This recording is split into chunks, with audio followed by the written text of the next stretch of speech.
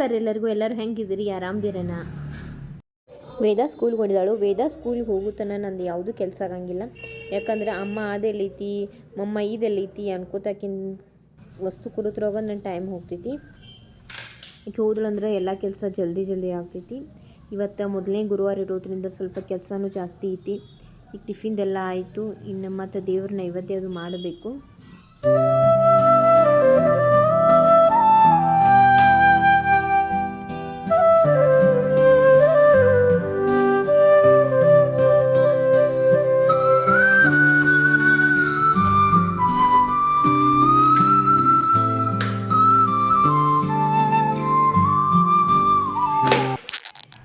ಮೊನ್ನೆ ನಮ್ಮ ಕಾಕನ ಬಡ್ಡೆ ಆಯಿತು. ಆ ಬಡ್ಡೇದು ಹೂವಿನ ಬೊಕ್ಕೆ ಬಂದಿದ್ದು.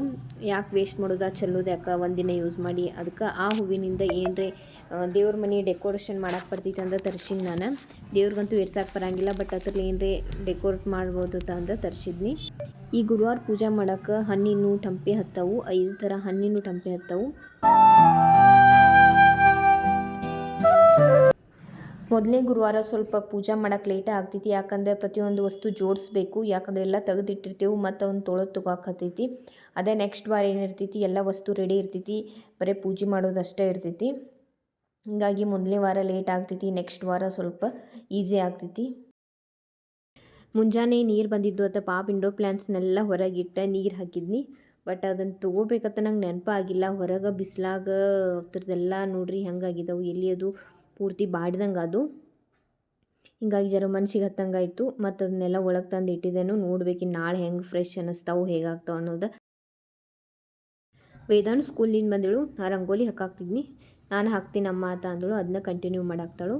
ಇನ್ನು ನಮ್ಮ ರೂಬಿ ನೋಡ್ರಿ, ಆಕಿನ ಹೆಂಗೆ ರಂಗೋಲಿ ಹಾಕೋದು ಹೆಂಗೆ ನೋಡಾಕೋದು ಕೂತೈತಿ. ಆಕೇನೋ ವಿಚಾರ ಮಾಡಾತಾಳು.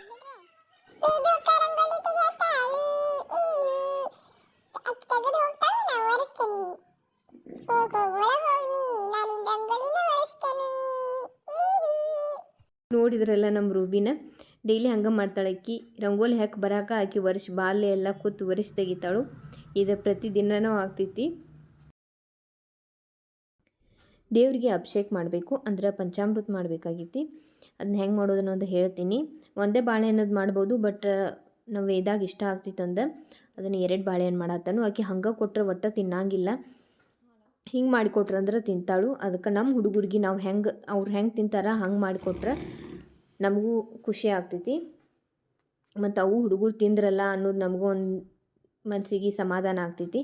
ಮತ್ತು ನಮ್ಮ ಮನ್ಯಾಗ ಈ ಅಭಿಷೇಕ ಎಲ್ಲರೂ ಇಷ್ಟಪಟ್ಟು ತಿಂತಾರು.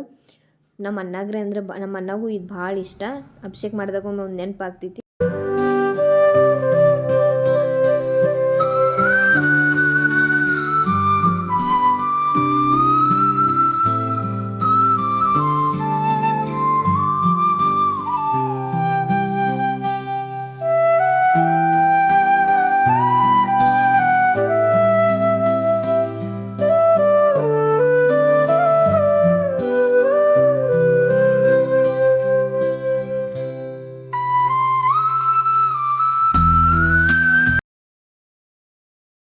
ಮಾರ್ಗಶೀರ್ಷ ಮೊದಲನೇ ಗುರುವಾರದ ಪೂಜೆ ನೋಡ್ರಿ. ಫಸ್ಟ್ ಗುರುವಾರ ಪೂಜೆ ಆಯಿತು. ಇನ್ನು ಅದಕ್ಕೆ ಇವತ್ತು ನೈವೇದ್ಯ ನಾನು ಸಜ್ಜಕ್ಕೆ ಹೋಳಿಗೆ, ಅನ್ನ, ಮೊಸರು ಮತ್ತು ಶಾಣ್ಗಿ ನೈವೇದ್ಯ ತೋರ್ಸಾತನು. ನಾವು 2 ನೈವೇದ್ಯ ಮಾಡ್ತೇವೆ. ಒಂದು ಲಕ್ಷ್ಮೀಗತ ಮಾಡ್ತೇವೆ, ಒಂದು ಆಕಳಿಗೆ ಮಾಡ್ತೇವೆ. ಇನ್ನು ಆಕಳಿಗೆ ಹೋಗಿ ಪೂಜೆ ಮಾಡಿ ಬರ್ತೇವೆ. ಒಂದು ಗೋಮಾತೆಗೆ ಪೂಜೆ ಮಾಡಿ ಅದಕ್ಕೆ ನೈವೇದ್ಯ ತೋರಿಸಿ ಬರ್ತೇವೆ. ನೋಡ್ರಿ ಈ ರೀತಿಯಾಗಿ ನಾವು ಆಕಳು ಪೂಜೆ ಮಾಡ್ತೇವೆ. ನೋಡಿದ್ರಲ್ಲ, ನಾವು ಮಾರ್ಗಶೀರ್ಷ ಲಕ್ಷ್ಮೀ ವ್ರತವನ್ನು ಈ ರೀತಿಯಾಗಿ ಆಚರಣೆ ಮಾಡ್ತೇವೆ. ನೀವು ಎಲ್ಲರೂ ಆಚರಣೆ ಮಾಡ್ತಿರ್ಬೋದಂತ ಅನ್ಕೋತೀನಿ. ನನ್ನ ವಿಡಿಯೋ ನಿಮಗೆಲ್ಲ ಇಷ್ಟ ಆಗಿತ್ತಂದ್ರೆ ಲೈಕ್, ಶೇರ್, ಕಮೆಂಟ್ ಮಾಡಿರಿ. ಮತ್ತೆ ಸಿಗ್ತೀನಿ ನೆಕ್ಸ್ಟ್ ಬ್ಲಾಗ್ದಾಗ. ಬಾಯ್.